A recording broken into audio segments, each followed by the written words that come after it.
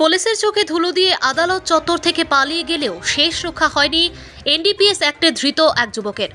ঘটনার বিবরণে জানা যায়, এনডিপিএস ধারায় তেলিয়ামুড়া থানার পুলিশ চিরঞ্জিত দে নামের 24 বছর বয়সী এক যুবককে গ্রেপ্তার করে আদালতে প্রেরণ করেছিল।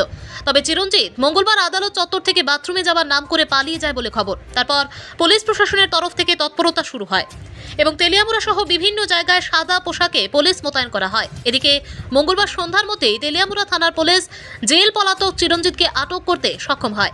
এর পাশাপাশি তেলিয়ামুড়া থানার সেকেন্ড ওসি জানিয়েছেন, চিরঞ্জিতকে জেল থেকে পালিয়ে যেতে সাহায্য করার অভিযোগে তার স্ত্রী সহ অপর দুই যুবককেও আটক করেছে পুলিশ। অ্যাকচুয়ালি গত পরশুদিন আমাদের কাছে একটা নন ভেলেবল ওয়ারেন্ট বেসিসে আমরা একটা আসামিকে অ্যারেস্ট করেছিলাম, যার নাম চিরঞ্জিত দে। এনডিপিএস কেসের অ্যাকিউজড ছিল। কোর্টের যে ওয়ারেন্ট বলে আমরা তাকে অ্যারেস্ট করে আমরা গতকালকে কোর্টে প্রেরণ করেছিলাম। তো কোর্টে আজকে ওর কেস শুনানির জন্য নিয়ে যাওয়া হয় কোর্ট কর্তৃপক্ষ এজলাসে তুলে। তখন ওই কোর্টের থেকে ও বাথরুমে যাবে বলে বাথরুম থেকে পালিয়ে যায়। এই খবর আমাদেরকে দেওয়া হয় এসপি অফিস থেকে এবং কোর্টের থেকে আমাদেরকে দেওয়া হয়।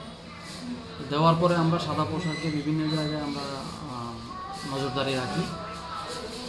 তো এই নজরদারির ভিত্তিতে আমরা খবর পাই সে ওইখান থেকে অটো রিজার্ভ করে ওর তেলিয়ামুড়াস্থিত ভাড়া বাড়িতে সে চলে আসে। ভাড়া বাড়িতে আমরা রেড করে ওর চিরঞ্জিত দে সহকারে যা সহযোগী ছিল, দুজন সহযোগী এবং ওয়াইফ সহকারে মোট 4 জনকে আমরা পুনরায় গ্রেফতার করেছি। এখন প্রয়োজনীয় আইনানুগ ব্যবস্থা নেওয়া হবে। ব্যুরো রিপোর্ট, জনতার বার্তা।